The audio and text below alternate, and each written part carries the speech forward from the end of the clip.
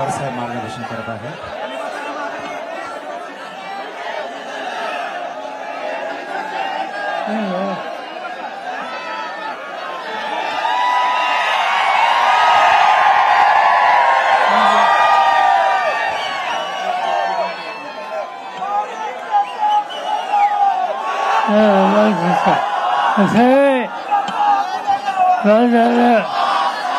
असं आहे की निवडणूक आयोगाच्या कायद्याप्रमाणे 6 वाजता सभा संपायला पाहिजे.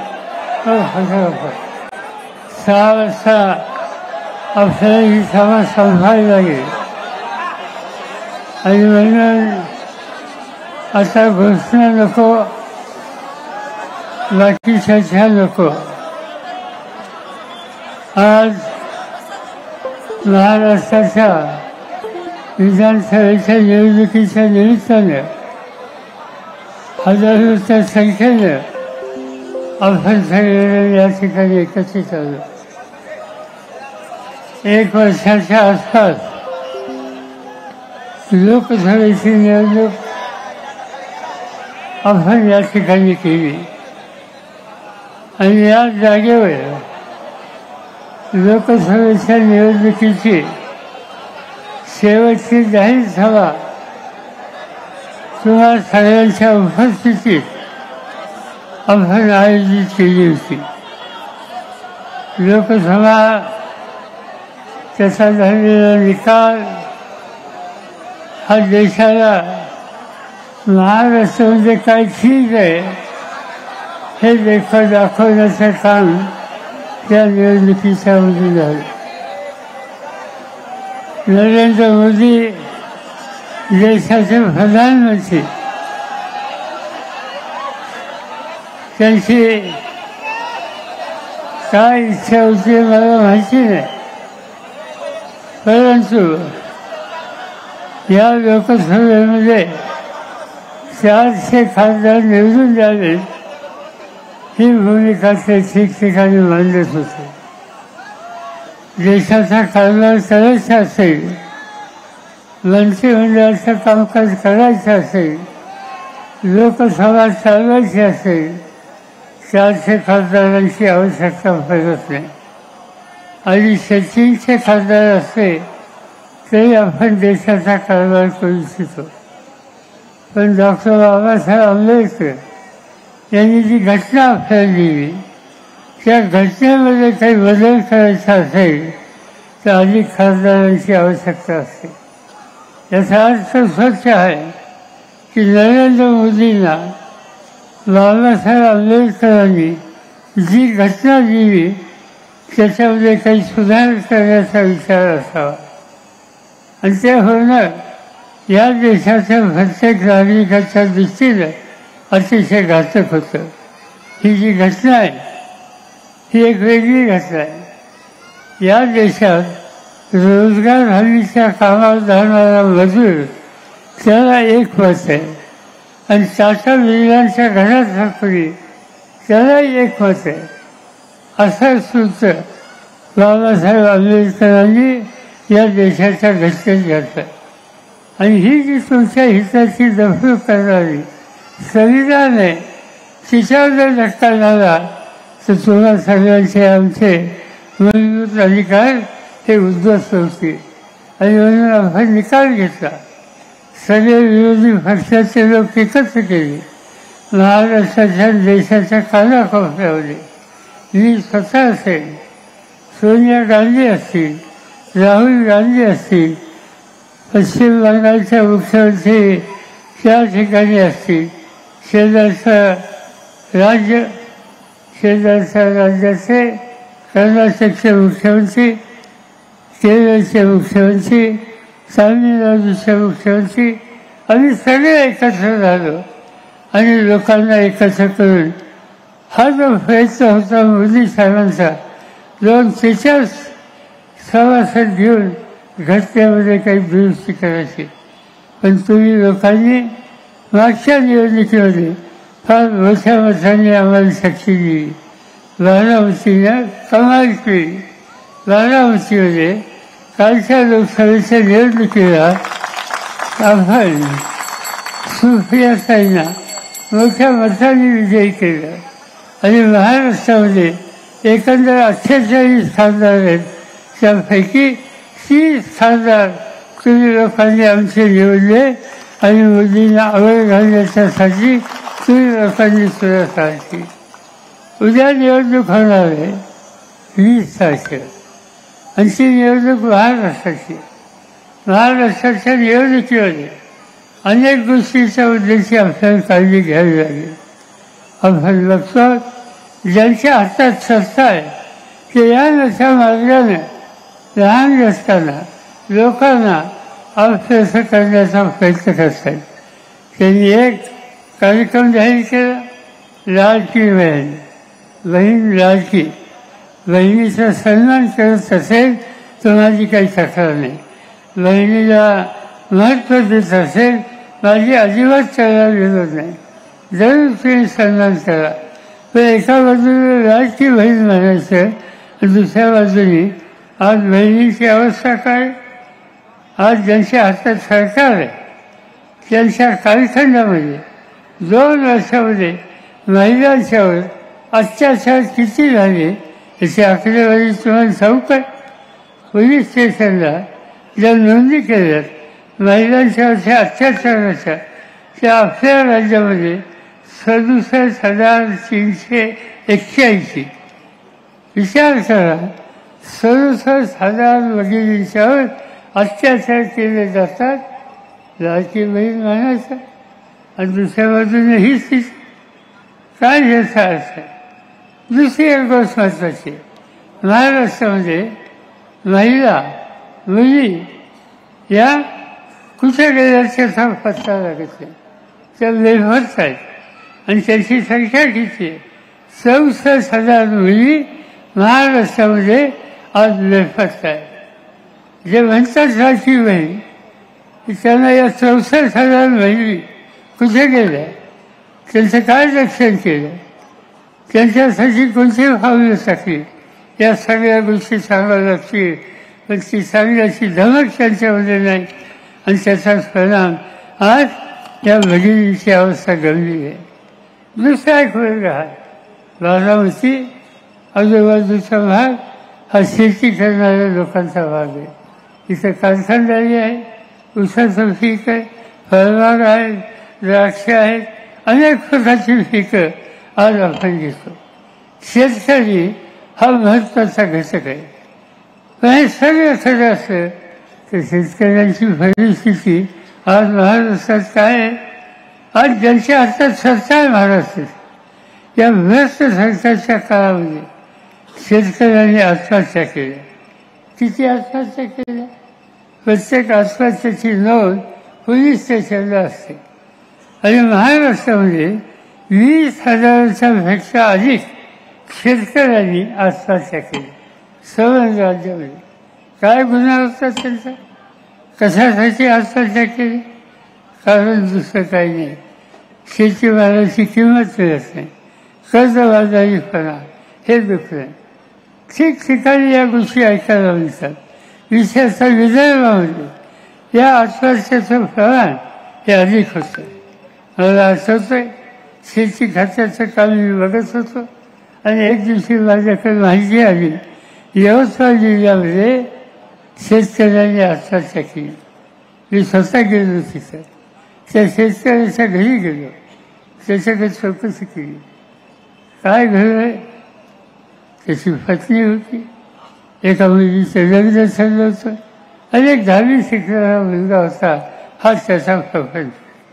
त्या माऊलीला विचारलं, तुझ्या मालकाने आत्महत्या का केली? ती सांगायच्या स्थितीत नव्हती, जसा रडत होती. मी समजून काढली आणि तिने सांगितलं, काय झालं हे तू आमच्या कानावर काही दुरुस्ती करता येईल तर त्याचा फायदा इतर भगिनी नाही. तिने सांगितलं की माझा म्हणजे नवरा पीक घेतो ते कापसाचं पीक 6 एकर घेतं. बियाणं खतं औषधं सोसायटीचं काढली. पीक सोन्यासारखं आलं, अतिवृष्टी झाली, सगळं पीक गेलं, पण सोसायटीचं कर्ज डोक्यावर तसंच राहिलं. दुसऱ्या वर्षी त्या शेतकऱ्यांनी पुन्हा कपाशीचं पीक घ्यायचं सगळं. पहिले पैसे दिले नाहीत, सोसायटीने त्याला पैसे दिले नाही. काय करावं त्यांनी? खाजगी सावकाराकडे गेला, 18% 20% व्याजाने पैसे घेतले, पुन्हा पीक घेतलं. त्या ठिकाणी पीक चांगलं आलं, पण कापसावर एक रोग पडतो, त्याला लाल्या म्हणतात. तो रोग पडला आणि सोन्यासारखं पीक तेही अद्भुत झालं. पुन्हा ते डोक्यावरचं होतं आणि ते फेडलं पाहिजे, पण सोसायटीचं सगळ्याला, सावकाराचा सगळ्याला. एक दिवशी सावकार घरी आला आणि पैसे देतो का नाही म्हणल्यावर त्याच्या घराची भांडी कुंडी काढली, फेकून दिली. आणि त्याच वेळेला मुलीचं लग्न ठरलं होतं, तो व्याही तिथं आला आणि व्याहाने पाहिलं की आपल्या व्याहाचं भांडी कुंडी घराच्या बाहेर काढली, त्याची समाजात किंमत नाही. त्यांनी लग्न बोलून टाकलं, मुलीचं लग्न बोललं. काय चूक होती त्याची? कर्ज काढलं, देता आलं नाही म्हणून चूक होती. परिस्थितीवर हे कसं. आमची तक्रार ही आहे, आज देशाची सत्ता ज्यांच्या हातामध्ये आहे, त्या नरेंद्र मोदींनी जिथं जिथं शेतकऱ्याच्या डोक्यावरचं कर्ज फेडण्याची त्यांची ऐपत होत नाही, त्यांना काही ना काहीतरी मदत केली पाहिजे. कालच्या 18 तारखेला या देशामध्ये 16 उद्योगपती आहेत.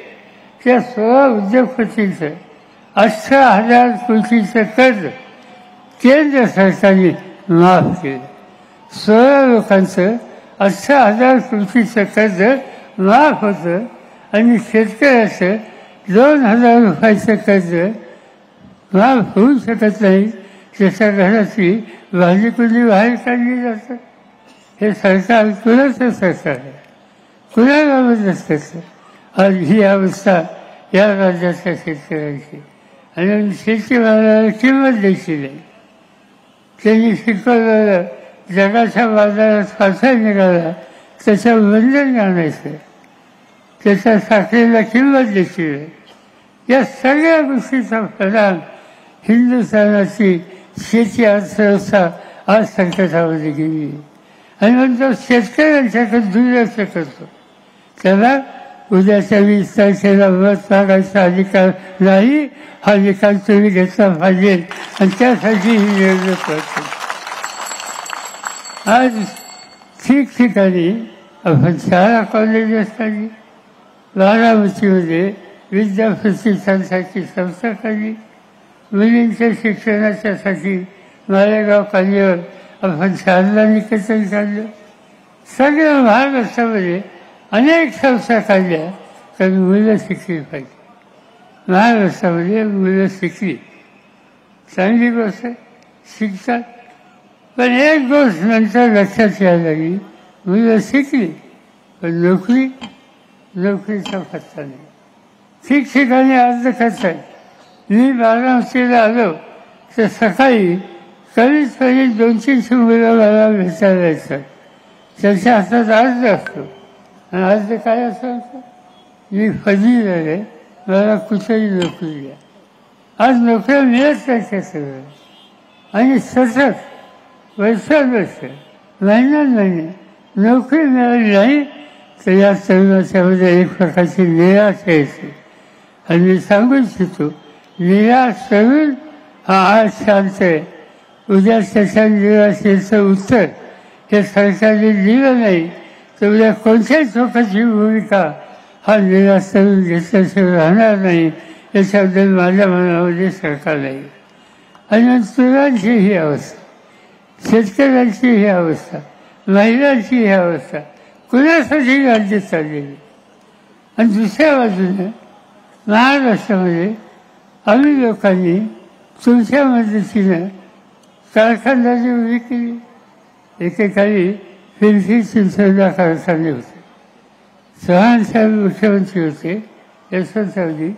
त्यावेळेला त्यांनी तासांना बोलवलं आणि पिंपरी चिंचवडला तेलकोचा कारखाना काढला, बजाज ऑटोचा कारखाना काढला, हजारो लोकांना काम मिळालं. पण ते पुण्यापुरतं राहिले. माझ्याकडे महाराष्ट्राचं मुख्यमंत्री म्हणून आलं, तुम्ही लोकांनी दिले. मी विचार केला की निवड पुन्हा करायचं नाही. आजूबाजूच्या गावामध्ये उद्योग झाले पाहिजे आणि सुरुवात आम्ही केली जेजुरीपासून. खंडोबाचं गाव, पण आम्ही MIDC काढली. तुम्ही आज जाता बघा, जेजुरीला 5-50 कारखाने झाले. जेजुरीला बारामती झालं. MIDC काढली. काही 1000 लोकांचं काम करतात. खाली इंदापूरला गेलो, तिथं MIDC काढली. तिथं काही 1000 लोकांना काम दिलं. पुण्याच्या जवळ, भिगवणच्या जवळ MIDC काढली, कारखाने आणले, लोकांना काम दिलं. नगर रस्त्यावर रांजणगावला MIDC काढली, हजारो मुलांना काम दिलं. शिरोळला तुम्ही गेलात, अनेक कारखाने त्या ठिकाणी काढले, लोणांना काढले. या सगळ्या गोष्टीचं परिणाम काही ना काहीतरी काम आजच्या तरुण पिढीला महाराष्ट्राच्या कारखान्यात झालं. आज ज्यांच्या हातात सत्ता आहे, ते देवेंद्र फडणवीस असोत, त्यांचे सरकारी असोत, त्यांनी काय केलं? त्यांनी एकच गोष्ट केली, तिथे येणारा कारखाना गुजरातला पाठवला.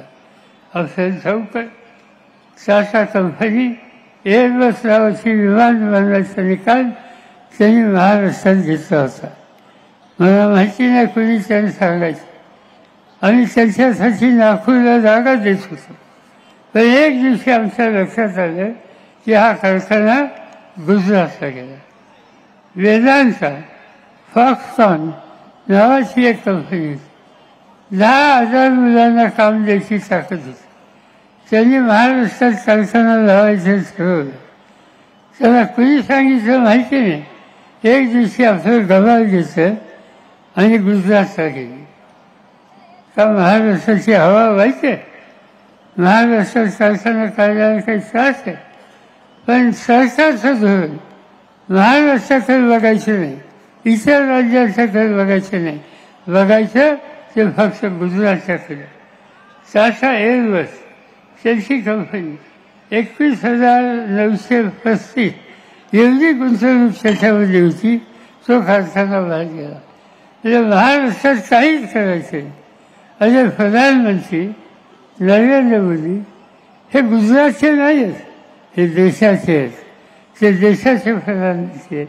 आणि देशाच्या प्रधानमंत्र्यांनी देशाचा विचार केला नाही तर अशा लोकांच्या हातात सत्ता द्यायची का? हा निकाल मला घ्यावा लागेल. आणि त्यासाठीच उद्याची 20 तारीख ही अत्यंत महत्त्वाची आहे. आणि या दिवशी तुम्ही लोकांनी मतदान केंद्रावर जाऊन तुतारी वाजवणारा माणूस त्याच्यासोबत वचन लावा. यावेळेला आम्ही तरुण पिढीच्या हातामध्ये सत्ता द्यायची ठरवलं. आज युगेंद्र यांची निवड त्या ठिकाणी केली. अमेरिकेमध्ये जाऊन शिक्षण घेतलं. परत आल्याच्या नंतर साखर कारखान्यामध्ये लक्ष घातलं, ऊसाच्या शेतीमध्ये लक्ष घातलं. आणि एक मनापासूनची इच्छा की लोकांच्यासाठी काम करायचं. आज या ठिकाणी विद्याप्रतिष्ठान संस्था 20,000 मुलं शिकतात.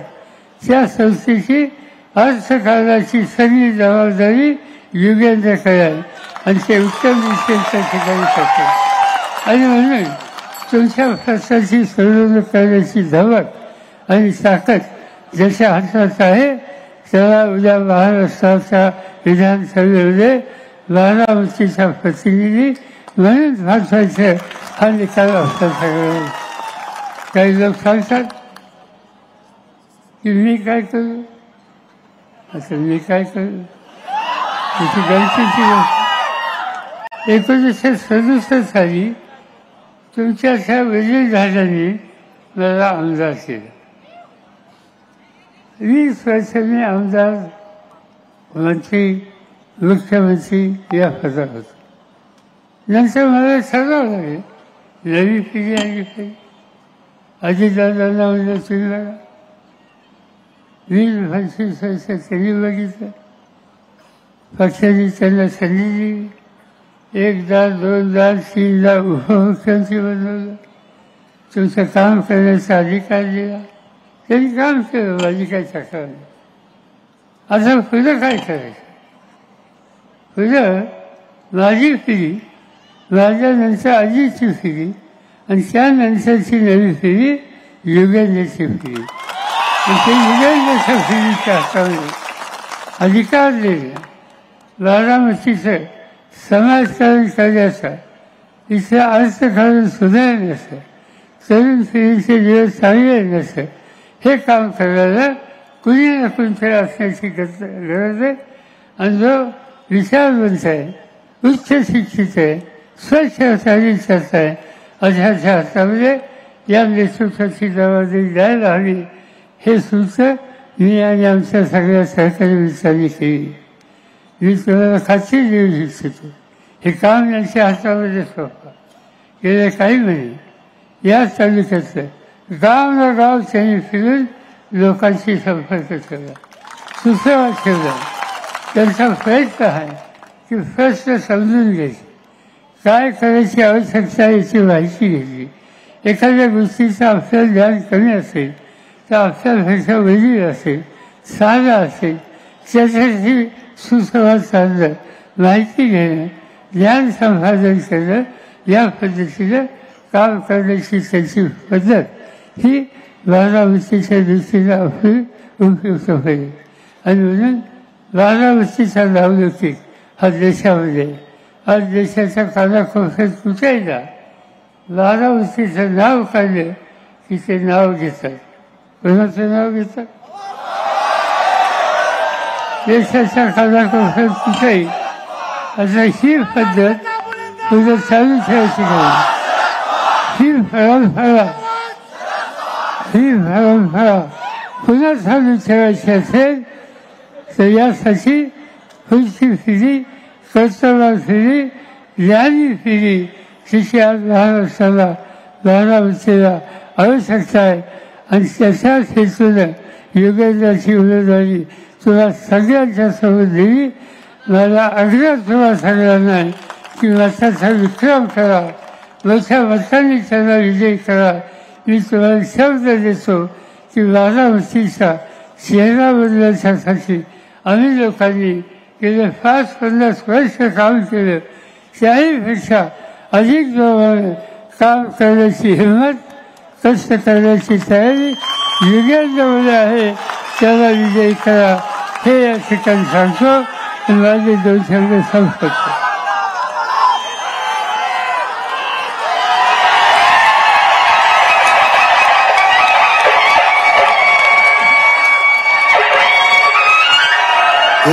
तुतारी